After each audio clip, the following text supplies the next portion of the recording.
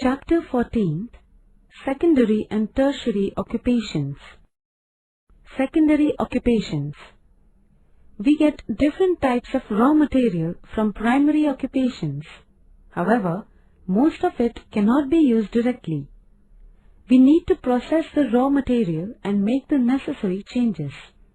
The occupations that process raw materials and produce new materials are called secondary occupations. For example, textile, iron and steel, or sugar-producing industries. Machines are used in these occupations on a large scale in order to obtain maximum production in less time. As a result, mass production becomes possible. It provides employment to people and it helps in economic development of the country. Factors that influence the location of industries. Availability of raw material, supply of labor, market, capital, energy resources as well as facilities of transport and communication, and government policy are the factors that influence the location of industries. Iron and steel industry. Iron and steel are required for the production of machinery for various industries, means of transport, defense equipment, etc. Hence, iron and steel industry has unparalleled importance in industrialization. For iron-steel industry, iron ore, coal, lime and manganese are required. These minerals are heavy and hence their transportation is expensive. Therefore, this industry is found in the areas producing coal or iron ore. The Chota Nagpur Plateau has large-scale reservoirs of iron ore and coal. Hence, the iron-steel industry has developed in this area. Try to understand how the iron-steel industry came to be located at Jamshedpur in India from figure 14.1. Cotton textile industry. Figure 14.2 shows the cotton producing areas and the centers of cotton textile industry from western India. Availability of raw material and climate are the major factors that influence the location of this industry. Cotton does not perish quickly. After removing cotton seeds, after ginning, cotton becomes lighter. As it does not lose weight during transport, it can be transported over long distances. Hence, this industry can be started at locations far away from the raw material areas. In humid climate, long thread can be obtained from cotton. Moreover, the frequency of breaking of thread is also low. Hence, this industry was initially developed at Mumbai, which has a humid climate. Engineering industry. This includes the industrial units producing machinery or spare parts required by other industries. The steel produced in iron steel industry forms the raw materials for these industries. It is used for producing various machines. Therefore, engineering industries are generally located in the areas where metal industries providing raw materials are present. Tertiary occupations. In our day-to-day life, we need a large number of services. From services like banking, health, entertainment, transport to services like watch repairs, sharpening of knives or scissors, all type of services are included in tertiary occupations. One needs to pay for these services. Let us get some information about a few of these services that form the tertiary occupations. Transportation. In order to move passengers or goods from one place to another, we use transport services. For this, facilities like roads, railways, waterways and airways are required. Due to this service, different things can be reached in time at the place where they are required. fast-moving means of transport help save time. During disasters, transport services assume immense importance. Tourism. Our day-to-day hectic life leads to different types of stresses. Hence, we need some kind of respite. In order to refresh ourselves, we visit historical, cultural places or places of natural beauty. This is called tourism. Tourists need services like transport, lodging, etc. This has given rise to the tourism activity. Tourism includes all types of services that are provided to the tourists. Trade.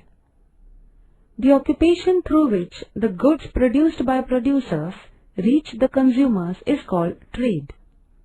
Trading ensures that the producer gets a price for his production and the consumer is able to purchase the necessary items by paying for them. Trade is carried on various levels such as local, national, that is within the country, or international. Trade contributes to the economic development of a country. Besides the services mentioned above, society needs many types of services. Lawyers, doctors, teachers, managerial experts provide services to us. All these services are included in tertiary occupations. The importance of tertiary occupations is increasing in Indian economy. Adverse effects of secondary and tertiary occupations. Industries and various means of transport give rise to problems of pollution of air, water and noise. The proportion of gases like carbon dioxide, carbon monoxide, chlorofluorocarbon, etc. in the air is increasing. It has adverse effects on human life. The noise created by machines in the factories and by the means of transport leads to noise pollution. This leads to problems like deafening and psychological disorders. The effluents released from industrial units, sewage from big cities, oil spills from ships lead to water pollution. This endangers the aquatic life. In order to reduce the levels of pollution, various measures are now being made obligatory for major cities and industries. It is necessary to create awareness in the society about pollution and its ill effects. International trade organizations and treaties. In the 28th century, in order to achieve development, various nations revised their trade policies after getting independence. While doing so, many countries impose restrictions on import. This leads to certain adverse effects on international trade. To overcome them, political leaders, economists and industrialists come together and advocated liberal trade policies. This led to establishment of institutes like the World Bank and the International Monetary Fund. This progress in science and technology, trade-related deliberations under GATT and measures taken for free trade led to the globalization of trade. The nature of international trade has started changing since the last decade of 20th century. GATT, General Agreement on Tariff and Trade. This global organization was established in 1948. Many nations were members of this organization. Its main aim was to create a proper atmosphere for an open global market. With reference to this, the organization held 8 rounds of discussion. The World Trade Organization WTO came into existence in 1986 through the discussion in GATT. It became functional in 1995. It is a permanent and legal global organization. India is a founder member of this organization. The scope of this organization is comparatively wider than that of GATT. SAARC, that is, South Asian Association for Regional Cooperation. SAARC is a regional organization at international level.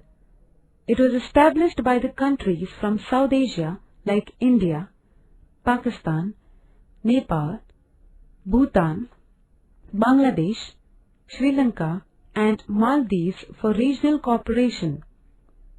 Bilateral issues are not discussed on the platform of this organization.